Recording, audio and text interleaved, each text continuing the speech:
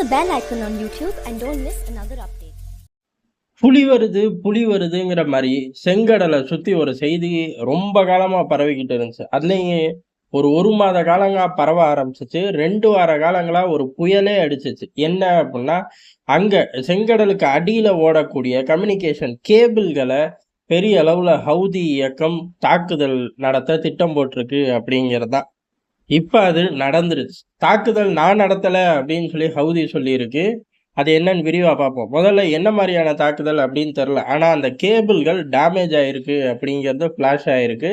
அதோட கனெக்டிவிட்டியும் டேமேஜ் ஆயிருக்கு. அது எதற்குரிய கனெக்டிவிட்டி அப்படின்னா, ஆசியாவை ஐரோப்பாவை இணைக்கக்கூடிய கனெக்டிவிட்டி தான். அதுல பிரச்சனைன்னா ஸ்தம்பிச்சிரும். எல்லா டிரான்சாக்ஷனும் ஸ்தம்பிச்சிரும். அந்த அளவுக்கு பவர்ஃபுல்லான ஒரு லைன் தான் அது.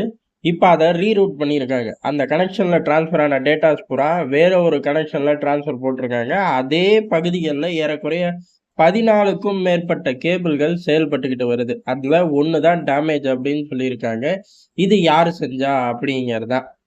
ஹவுதி இயக்கம் இதை செஞ்சிருச்சு அப்படின்னு குற்றச்சாட்டு கிளம்புச்சு. முதல்ல இந்த கேபிள்களை ரீரூட் பண்ணி சேனல் எந்த டிஸ்டர்பன்ஸும் ஆகலை. டேட்டா டிரான்ஸ்ஃபர் இப்போ வரை டிஸ்டர்பன்ஸ் இல்லாமல் ஃப்ளோ ஆகுது அப்படிங்கிறது எல்லா நாடுகளுக்கும் ஆறுதல். இதை யார் பண்ணியிருப்பா அப்படின்னா, ஹவுதி தான் பண்ணியிருக்கு அப்படின்னு சொல்லி ஃப்ளாஷ் ஆச்சு. ஹவுதி இயக்கத்தை பொறுத்தவரை இதை நாங்கள் பண்ணலை அப்படின்னு சொல்லிட்டாங்க. சொன்னது மட்டும் கிடையாது, இதை பண்ணது அமெரிக்கா, பிரிட்டன் அப்படின்னு சொல்லி அந்த பக்கம் பழியை தூக்கி போட்டிருக்காங்க.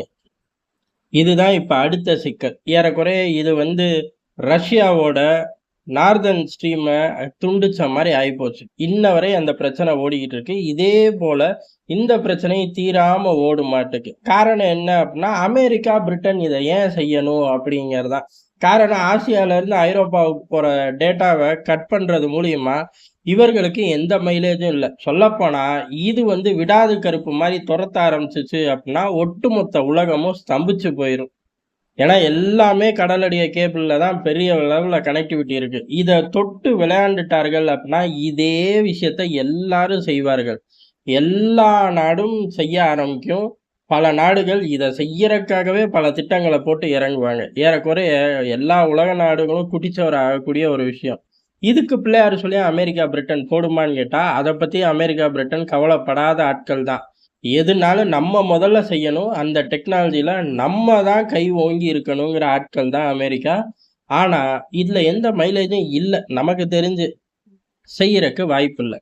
அடுத்த ஒரு பெரிய விஷயம், இந்த மாதிரி கடலடிய போகக்கூடிய கேபிள்களை கட் பண்ணுற அளவுக்கு ஹவுதி இயக்கம் வலுவா இருக்கா அப்படின்னு கேட்டால் அதுவும் இல்லை அப்படிங்கிறாங்க.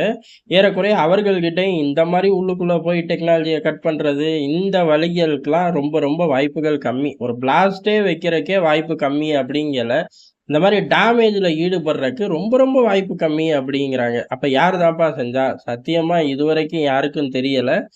எல்லா நாடுகளும் இதை ரொம்ப தீவிரமாக தான் எடுத்திருக்காங்க. நம்மளும் இதை ரொம்ப தீவிரமாக தான் எடுத்திருக்கோம். காரணம், நம்ம கம்யூனிகேஷனும் அதில் பெரிய அளவில் இருக்குது. இங்கே உள்ள பல முக்கியமான கம்பெனிகளும் அதில் சம்மந்தப்பட்டிருக்கார்கள். அதனால் நம்மளுமே அதில் ஸ்க்ரூட்டினிட்டியை இனிமேல் டைட் பண்ண ஆரம்பிப்போம். பெரிய அளவில் அந்த விவகாரம் பூதாகரமாக வெடிக்கும். ஆனால் இதை செஞ்சது யார்? இப்போ வரையும் தெரியல. இனி வரும் நாட்களில் தெரியுமா அப்படின்னு கேட்டால் வாய்ப்புகள் மிக மிக குறைவு. ஆனால் அங்கே ஒன்று இங்கே ஒன்றுமா இந்த விஷயம் செங்கடலை பெரிய அளவில் ஒரு புயலை கிளப்பும். இந்த புயலில் யார் சிக்கப்போறா, இல்லை உண்மையிலேயே செங்கடலுக்கே ஒரு வழி கிடைக்க போதா, விடிவு காலம் கிடைக்க போதாங்கிறத பொறுத்து இருந்து பார்ப்போம்.